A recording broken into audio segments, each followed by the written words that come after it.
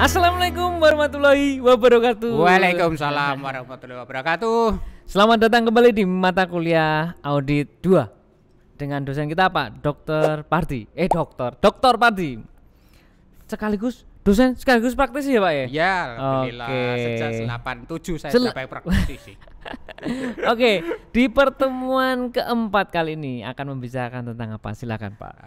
Assalamualaikum warahmatullahi wabarakatuh. Waalaikumsalam warahmatullahi Kita selamat wabarakatuh. jumpa lagi dengan adik-adik. Kita akan diskusikan suatu audit 2 ini tentang materi teknis, yaitu kalau sebelumnya adalah pengujian pengendalian terhadap pengeluaran, maka hari ini kita diskusikan tentang pengujian terhadap saldo utang usaha atau utang dagang. Oke. Nah, sebenarnya ada beberapa hal yang harus diperhatikan ketika kita akan menguji saldo hutang. Maka ada beberapa rekening yang harus diperhatikan di dalam laporan keuangan. Dan di antaranya adalah rekening kas, rekening hutang, rekening pembelian, atau rekening retur pembelian, ada rekening aktiva, ada retur pembelian juga, ada potongan pembelian, ada beban atau biaya yang dibayar di muka atas pembelian tersebut. Inilah beberapa rekening yang terkait dengan saldo hutang. Hutang ya. Iya, Oke, iya. betul. Nah, jurnal transaksi yang ada pada umumnya adanya satu yang harus diperhatikan. Kita sudah teknis ini, maka adalah jurnal pembelian kredit. Kemudian jurnal pengeluaran, kemudian jurnal tentang retur pembelian, kemudian jurnal tentang potongan pembelian. Itu beberapa hal yang harus diperhatikan adik-adik ketika kita akan menguji saldo. Maka tadi kalau kata kuncinya, kalau dari awal saya sudah cerita, audit itu paling mudah. Kalau siklus dari depan, kalau audit mundur. Nah, ini sebenarnya kita masuk pada saldo utang. Nah, saldo utang kita akan lacak kemana? Ya, dari buku besarnya, kemudian jurnalnya tadi sudah kita sebutkan. Nah, jurnal-jurnal itu bisa seperti ini, dicek kebenarannya. Kalau itu terjadi pembelian, maka jurnalnya bagaimana? Oh, persediaan pada hutang atau pembelian pada hutang. Tinggal mekanismenya. Nah, kemudian kalau terjadi apa? Retur bagaimana? Oh, retur pada hutang pada retur. Lah, berarti mengurangi pembelian. Inilah yang harus diperhatikan adik-adik. Betul. Saya pastikan bahwa jurnalnya sudah pasti benar. Kalau benar, oke, lanjut kan gitu.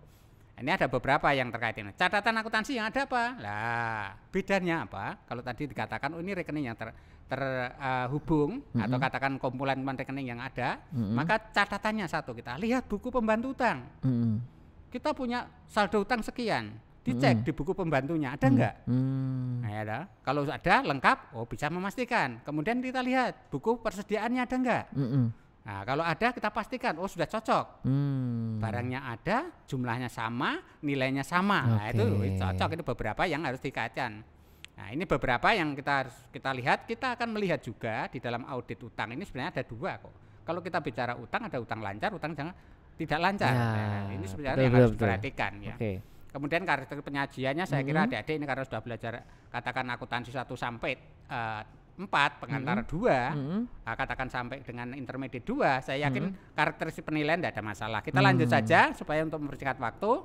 Tujuan audit. Nah, kembali lagi saya menekankan bahwa audit itu tujuannya hanya 5. Iya, keberadaannya. Iya, benar. Kembali lagi ke situ ya, Pak ya. Kembali itu mau uji apapun coba. Saldo itu ada enggak? Lengkap enggak? Alokasinya benar tidak? Dan itu merupakan kewajiban perusahaan atau tidak? Itu penyajian sesuai dengan aturan atau tidak. Itu sebenarnya kita seperti itu. Jadi monggo, artinya kalau ada yang ini saya kurang paham, diskusi aja gitu. Betul. Jadi sebenarnya intinya tentang 5 tadi ya Pak ya? Kita uji itu ya. Kemudian jadi kita saya sarankan adik-adik jangan ketika bicara audit sulit sekali, enggak. Justru prakteknya lebih mudah. Iya, gitu teorinya banyak, aturannya banyak, cara prosedurnya banyak, tapi begitu melaksanakan enak, buka buku, enggak ini lupa buka buku, enggak apa-apa. Ya, ini beberapa tujuan audit tadi, yaitu ada 5 ya kalau kita lacak. Maka kita harus langsung lacak ke prosedur auditnya. Sama, prosedur audit juga ada tahapannya dan itu sama berulang-ulang. Satu, prosedur awal. Kalau kita nguji hutang dagang, kalau kemarin piutang, kita akan nguji hutang. Prosedur awalnya apa? Ya kita harus mengamati saldo hutang di neraca. Saldonya berapa? Ya di buku besar berapa. Nah, baru menghitung kembali saldo hutang itu di buku besar, saldo awal buku besar berapa, sudah benar enggak nyatetnya di awal itu. Betul. Jadi jangan perbedaan di belakang karena nyatet awalnya saja. Oke. Kalau itu sudah benar maka pastikan di tambah jumlah pengkreditannya. Kolom pengkreditannya itu berapa? Kolom pendebetannya berapa? Itu ngecek gampang sekali itu. Jadi nah, kemudian prosedur ini akan diikuti mereview mutasi luar biasa. Tadi sudah saya katakan adanya mutasi luar biasa di debit atau di kredit. Ya, betul. Nah, tadi sebut luar biasa bisa jumlahnya, bisa karena sumbernya dari mana. Kemudian baru ngusut saldo akun hutang kalau sudah itu ke kertas kerja tahun lalu. Tahun lalu itu bener enggak sih? Itu apa sebagai dasar tahun lalu itu. Ini kalau baru melihat cara mendebetkan atau posting tadi sudah benar, kita lakukan merekonsiliasi akun atau saldo hutang usaha di buku besar dan buku bantunya cocok enggak. Itu baru bicara tentang saldo pemahaman atau prosedur awal. Kalau prosedur awal sudah lengkap, maka langkah berikutnya adalah prosedur analisis. Nah, auditor di sini tugasnya data awal lengkap, kita melakukan analisis terhadap saldo hutang. Analisa ini bisa saja diperhitungkan, misalnya perhitungan rasio-rasio di yang berkaitan dengan utang usaha. Berapa persen sih rasio utang usaha? Tahun lalu berapa, sekarang berapa? Dibandingkan ya, Pak ya. Naik atau turun? Kalau naik penyebabnya apa? Apakah ada pembelian yang tambah besar? Atau persediaannya tambah besar? Nah, ini jadi prediksi auditor. Ini analisa yang berkaitan dengan utang. Atau analisa dibandingkan oleh perusahaan lain yang sejenis. Kalau itu apotek, ya bandingkan dengan apotek yang kelasnya sama. Nah, itu menjadi untuk bahan auditor menganalisa bahwa ini dokumen ini layak dan wajar. Baru rasio membantu ini untuk mengungkap peristiwa, transaksi, perubahan catatan, perubahan usaha. Lah, inilah pentingnya rasio. Ini beberapa contoh rumus rasio. Saya yakin adik-adik yang karena sudah sampai ke intermediate 2 tentang rasio tidak ada kesulitan. Misalnya rasio tingkat perputaran utang usaha. Cukup contoh pembelian bersih dibagi rata-rata utang usaha. Tahun kemarin berapa, ini berapa. Ini rasionya banyak kalau kita diskusi rasionya. Oke, kita lanjut kepada setelah tadi rasio menganalisis, maka kita akan menguji. Prosedur berikutnya menguji secara rinci. Rinci apa? Saldo hutang usaha. Nah, kembali lagi periksa sampel. Pakai sampel aja. Sampling aja ya, Pak. Iya. Monggo itu nanti mungkin kita diskusi hal-hal yang terkaitan dengan pengujian rinci.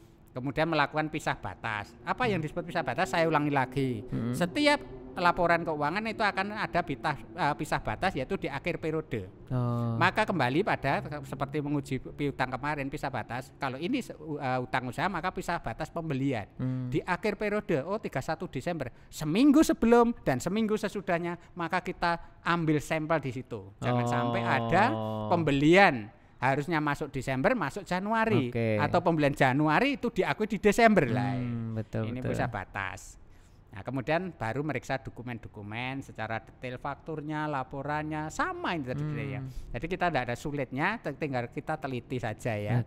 Nah, ini beberapa pemeriksaan terhadap dokumen, termasuk pemeriksaan terhadap cut off atau pisah batas utang usaha tadi. Sebenarnya utangnya berapa sih? Ngobrol-ngobrol. Nah, baru melakukan pemeriksaan atau pengujian terhadap saldo rinci utang usaha. Lah, ini konfirmasi. Ini rinci. Perusahaan itu punya utang sekian, dokumennya tadi lengkap, catatannya lengkap. Kita tidak boleh menyerah dulu. Kita harus membuktikan, kita lakukan konfirmasi kepada satu suppliernya. Perusahaan klien yang kami audit, apa betul punya kewajiban terhadap perusahaan Bapak. Nah, itu namanya konfirmasi. Nah, kemudian memeriksa dokumen pendukung, melakukan rekonsiliasi terhadap saldo utang usaha. Ini perlu dilakukan. Baru inilah yang terakhir adalah penyajian dan pengungkapan. Maka klasifikasikan utang usaha itu sesuai di neraca itu sudah sesuai dengan aturan standar akuntansi atau belum. Kalau belum, maka itulah perlu dikoreksi, kemudian dibuat semacam klasifikasi yang benar. Ini sebenarnya katakan penyajian. Kalau bicara pengungkapan, maka temuan-temuan itu setelah kita audit melakukan pemeriksaan secara keseluruhan, maka temuan itu harus diungkapkan di dalam laporan keuangan atau catatan laporan keuangan. Betul. Inilah beberapa pengujian terhadap saldo utang. Nah, sederhana sekali sebenarnya. Yuk mari adik-adik selalu belajar dan semangat untuk tuntas di dalam akuntansi. Mantap sekali. Itu tentang audit utang ya Pak utang, ya, di teman 4 ini. Silakan kalau ada pertanyaan tanyakan saja di grup WA dan akan diulas lagi di podcast Q&A. Gitu, sekian dulu Ya. Pak. Ini sudah ya? Sudah? Oke, terima kasih. Sampai jumpa di pertemuan berikutnya, di pertemuan ke-5. Terima. Assalamualaikum warahmatullahi wabarakatuh. Waalaikumsalam warahmatullahi wabarakatuh. Salam sehat, sehat, sehat. Mantap.